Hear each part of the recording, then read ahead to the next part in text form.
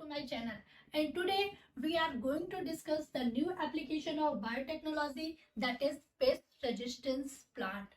Okay biotechnology की इससे पहले की एप्लीकेशंस में हमने एग्रीकल्चर के बारे में पढ़ लिया था। बायोटेक्नोलॉजी का जो बेसिक इंट्रोडक्शन है वो हमने जान लिया था, और आज जो हम पढ़ने वाले हैं topic, that is paste resistance plant. Okay, मैं आप लोग से ये बोलना चाहती हूँ कि जो भी लोग अभी चैनल पे नए हैं और उन्होंने अभी चैनल को अगर सब्सक्राइब नहीं किया है तो वो सब्सक्राइब कर सकते हैं, ताकि वो अपडेटेड रहेंगे। और अगर आपको फर्दर वीडियोस देखनी है तो चैनल को सब्सक्राइब करने में कोई प्रॉब्लम नहीं होनी चाहिए। आप चैनल को सब्सक्राइब कर लीजिए ताकि आप अपडेटेड रहे और आपको नोटिफिकेशन भी मिलती रहेगी। ओके, चलिए without wasting the time, let's begin the next application of biotechnology. I am Preeti and welcome to Be Biotech। चलिए देखते हैं कि पेस्ट रेजिस्टेंस प्लांट क्या होते हैं। ओके, पेस्ट से मतलब ही है इंसेक्ट, पैथोजन। वो इंसेक्ट या पैथोजन जो प्लांट में डिजीज फैलाते हैं, प्लांट को बीमार करते हैं। ओके, और पेस्ट रेजिस्टेंस प्लांट का मतलब क्या हुआ? रेजिस्टेंस का मतलब होता है प्रोटेक्ट करना, मतलब कि प्लांट के अंदर कुछ ऐसी पावर, कुछ ऐसी एबिलिटी जो अपने आप को प्रोटेक्ट करे और सेव करे, उन्हीं को है बोलते हैं हम paste resistance plant. Okay, normally बहुत सारे पैरासाइट्स होते हैं, निमेटोड्स होते हैं जो प्लांट्स को, ह्यूमन बीइंग्स को नुकसान पहुंचाते हैं। वो हमसे अपना न्यूट्रिशन लेते हैं अपनी ग्रोथ को डेवलप करने के लिए। ओके, यहाँ पर भी जिस निमेटोड की हम बात करने वाले हैं, that was the important point. ये एक इम्पोर्टेंट पॉइंट है जिसे आप नोट डाउन कर सकते हैं, या आप वीडियो के लास्ट में शॉर्ट स्क्रीन ले लीजिएगा। अभी आप पॉइंट पे फोकस करिए। The main important point is that Meloidogyne incognita, that is a nematode. Meloidogyne incognita एक निमेटोड है। क्या है ये? एक इट इज अ निमेटोड। ठीक है, मेलोडिगाइन इनकॉग्निशिया एक ऐसा निमेटोड है जो कि प्लांट में डिजीज कराता है। कौन से प्लांट में डिजीज कराता है? टोबैको मीन्स तंबाकू। तंबाकू के प्लांट्स में डिजीज कराता है मेलोडिगाइन इनकॉग्निशिया। बड़ा अच्छा सा नाम है, याद करिए। याद करने का तरीका बहुत इजी है, मैंने आपको और भी वीडियोस में बताया है याद करने की टेक्निक। आप सिंपल टेक्निक निकाल सकते हैं।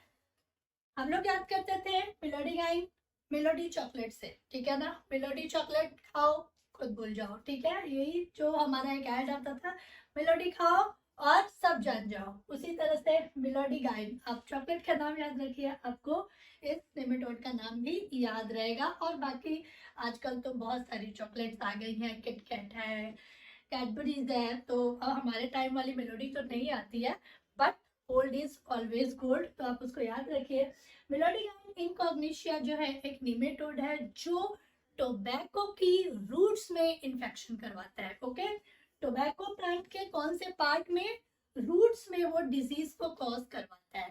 ठीक है, अब हम देखते हैं कि ये जो निमेटोड है ये प्लांट के अंदर एंटर कैसे करता है और कैसे प्लांट को डिजीज करवाता है। ओके, तो देखिए बहुत सिंपल सी बात है कि जो टोबैको प्लांट है, मान लीजिए हमारे पास में ये हमारा प्लांट हो गया, ठीक है? हमारे पास में मान लीजिए ये प्लांट है,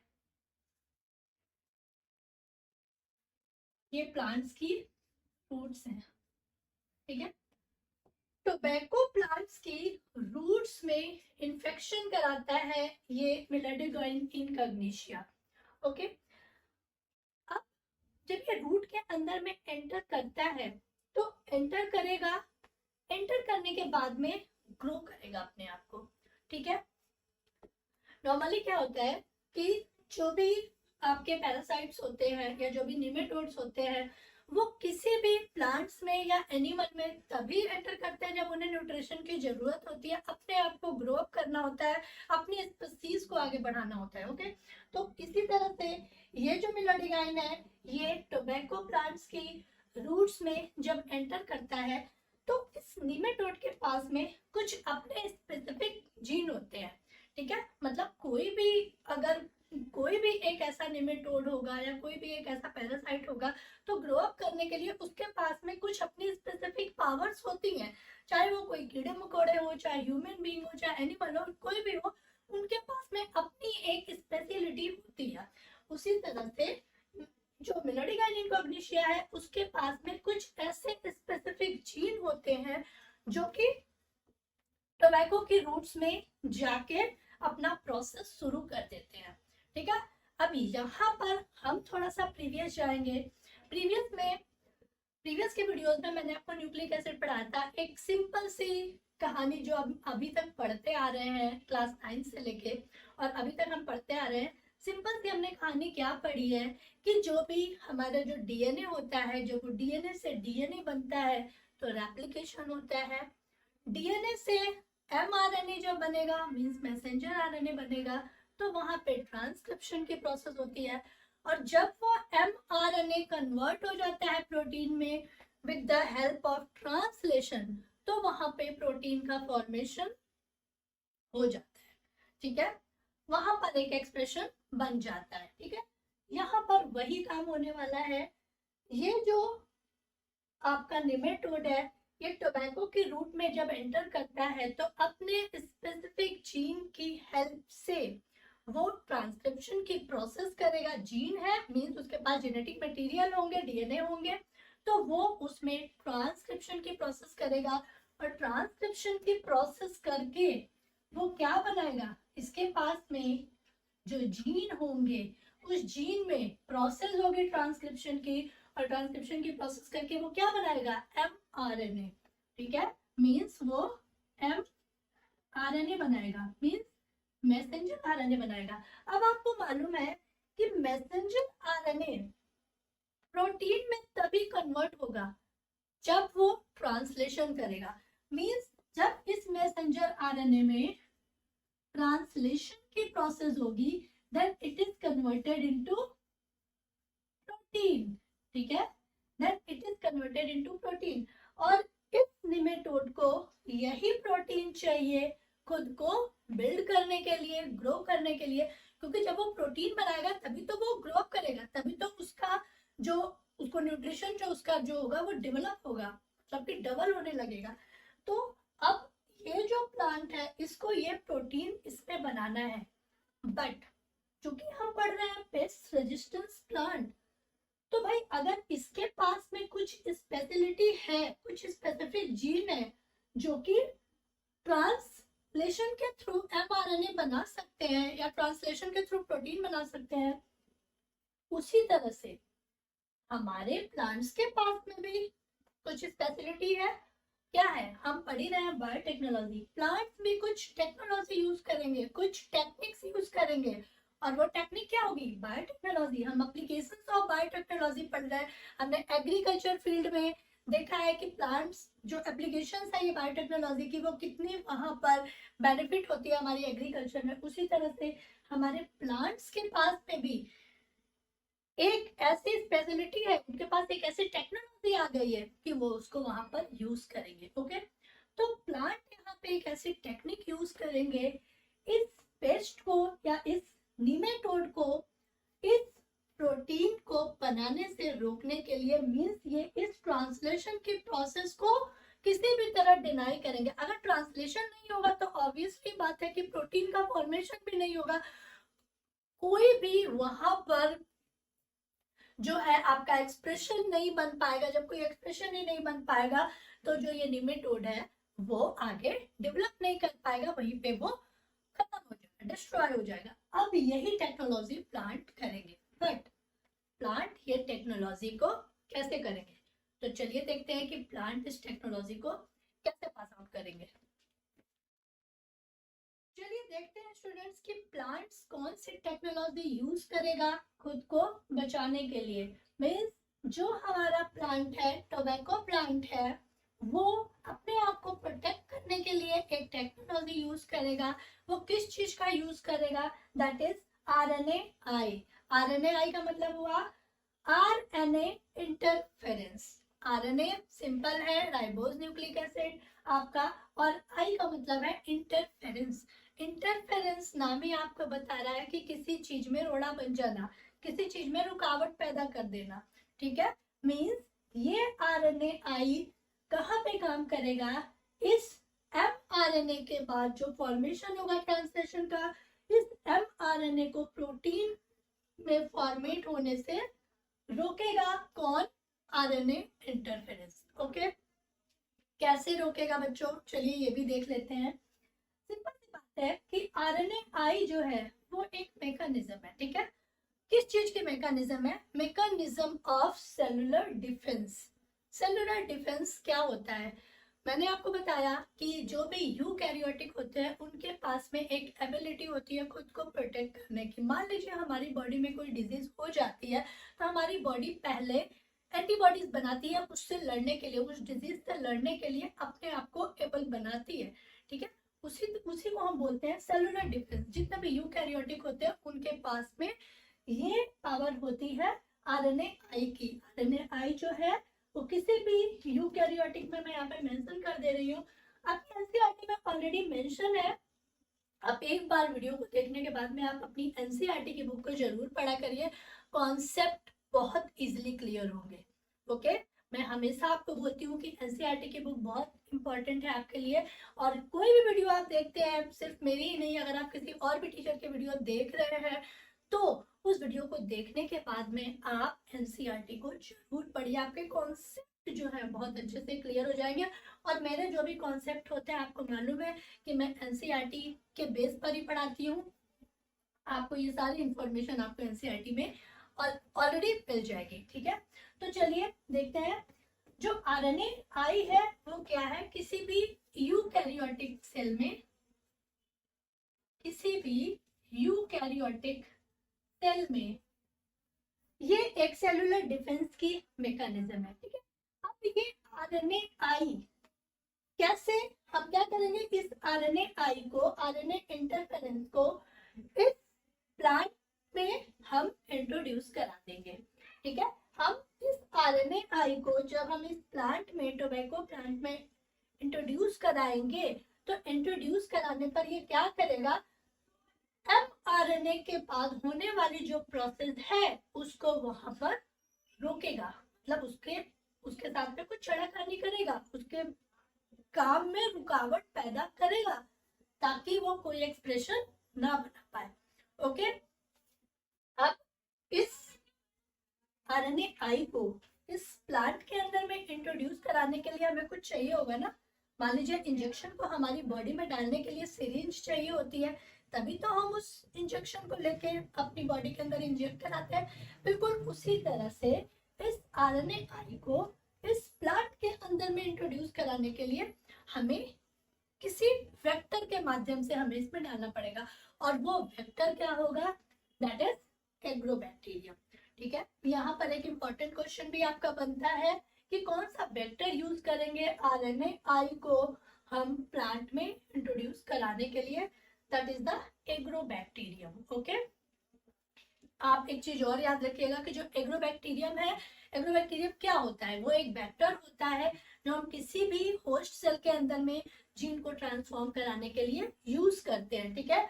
और ये नॉर्मली हमेशा प्लांट्स में ही होता है, ठीक है। जहाँ पे एनिमल्स की बात आती है तो वहां पे हम क्या यूज करते हैं, रेट्रोवायरस को, ठीक है। रेट्रोवायरस जो होता है, जो कि कैंसर्स वगैरह के फॉर्मेशन के लिए, कैंसर वगैरह के उसमें होस्ट सेल के अंदर इंट्रोड्यूस कराने के लिए हम वहां पर रेट्रोवायरस यूज करते हैं। तो इस चीज का एक डिफरेंशिएशन हमेशा याद रखिएगा कि जो आपका वेक्टर है, जो आपका एग्रोबैक्टीरियम है, वो प्लांट्स के लिए यूज होता है नॉर्मली, और रेट्रोवायरस जो है वो हमेशा एनिमल सेल के लिए यूज होता है, ठीक है।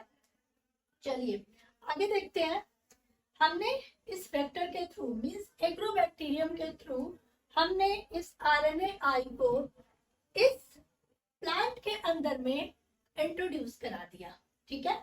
जैसे ही ये एग्रोबैक्टीरियम के थ्रू ये RNAi इसमें इंट्रोड्यूस होगा तो ये एग्रोबैक्टीरियम क्या करता है, एग्रोबैक्टीरियम का यही फंक्शन होता है कि जाके जो DNA होता है, एक तरह से देखा जाए तो ये क्या करेगा, जैसे मान लीजिए आपका ये एग्रोबैक्टीरियम है, ये एग्रोबैक्टीरियम हमने प्लांट के अंदर में इंट्रोड्यूस किया, ठीक है।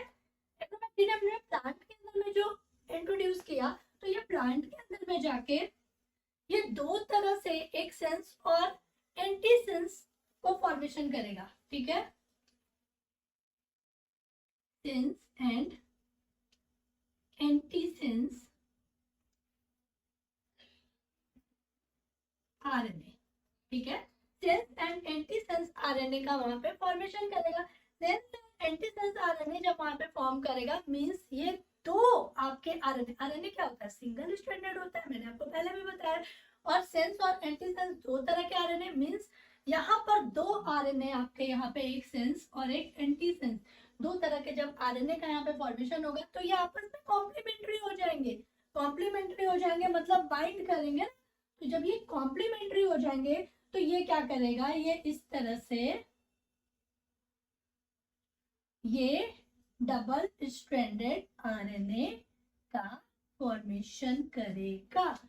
ओके, ये जो डबल स्ट्रैंडेड आरएनए है, जैसे ही इस डबल स्ट्रैंडेड आरएनए का फॉर्मेशन करेगा, ये डबल स्ट्रैंडेड आरएनए ऑब्वियसली इस एमआरएनए सिंगल मैसेंजर आरएनए के साथ में बाइंड कर जाएगा। बाइंड कर जाएगा तो ऑब्वियस सी बात है कि जैसे ही ये इसके साथ बाइंड करेगा, तो इसको ट्रांसलेशन की प्रोसेस नहीं करने देगा। और अगर ट्रांसलेशन की प्रोसेस ही नहीं होगी, तो कोई एक्सप्रेशन नहीं बनने वाला है, किसी प्रोटीन का फॉर्मेशन नहीं होने वाला है, और पेस्ट का डेवलपमेंट नहीं होने वाला है। ओके, तो that was the point. Okay, अब देखिए, फिर से एक बार देख लेते हैं, एक सिंपल सा रिकैप करते हैं। हमने क्या किया, हमारे पास पेस्ट रेजिस्टेंस प्लांट हम पढ़ रहे हैं। पेस्ट रेजिस्टेंस प्लांट में हमने देखा हमारे पास एक प्लांट है जो कि है टोबैको। टोबैको की रूट्स में एक निमेटोड है, मिलोडिगाइन इनकॉग्निशिया। वो इस टोबैको के रूट्स पे इन्फेक्शन करता है अपने न्यूट्रिशन को बढ़ाने के लिए, ठीक है। जब ये मिलोडिगाइन इनकॉग्निशिया इसके अंदर में जाएगा, तो एमआरएनए का फॉर्मेशन करेगा और कोशिश करेगा प्रोटीन का फॉर्मेशन करने की with the help of translation. But plants के पास में क्या है, रेजिस्टेंस पावर है।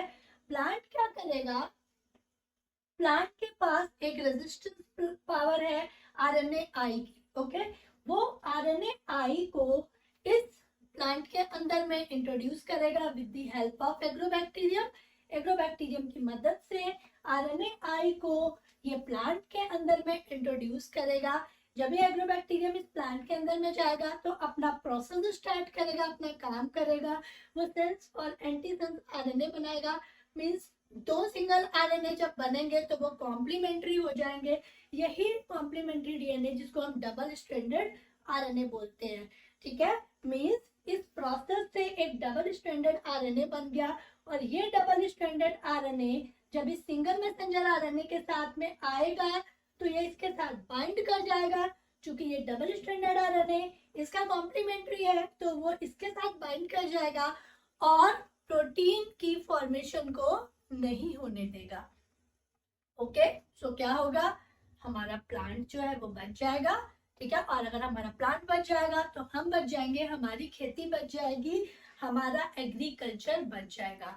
तो that was the big power of the plants, ठीक है ना। तो बायोटेक्नोलॉजी एक ऐसी टेक्नोलॉजी है जिसने प्लांट्स को एक अच्छी पावर दी है अपने आप को प्रोटेक्ट करने की। तो पेस्ट रेजिस्टेंस प्लांट में हमने ये पढ़ा, ठीक है।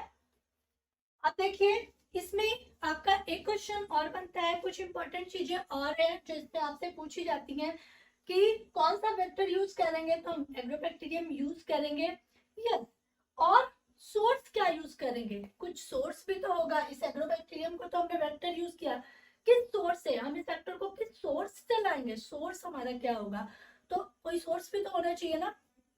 सोर्स क्या यूज करेंगे, तो हमारा जो सोर्स होगा तो कोई भी वायरस हो सकता है, कोई ऐसा वायरस जिसके पास में आरएनए जीनोम है। बिकॉज हमको क्या करना है, हमको सेंस और एंटीसेंस बनाने हैं, सेंस और एंटीसेंस आरएनए बनाने हैं, ठीक है। तो जिसके पास में आरएनए जीनोम हो, वैसे वायरस को हम सोर्स बना सकते हैं, ठीक है।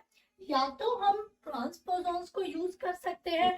ट्रांसपोजॉन्स को हम जंपिंग जीन भी बोलते हैं, जंपिंग जीन, ट्रांसपोजॉन्स को हम जंपिंग जीन भी बोलते हैं। जंपिंग जीन क्या होते हैं? जो कि अपनी पोजीशन को चेंज करने में एबल होते हैं, ठीक है ना। जैसे कि मान लीजिए ये है, अगर हमको यहाँ पर पोजीशन चेंज करवानी है, मीन्स अगर हमको 1 3 2 4 लिखना है तो ये इसकी जगह आ जाएगा और ये इसकी जगह चला जाएगा, इसमें कोई प्रॉब्लम नहीं है। मीन्स अपनी जो सिचुएशन है, अपनी जो एक पोजीशन है उसको चेंज कर सकते हैं, तो उसको हम ट्रांसपोजॉन्स को जंपिंग जीन भी बोल सकते हैं, ठीक है। और उसको मोबाइल ट्रांसजेनिक एलिमेंट्स भी बोल सकते हैं, ठीक है।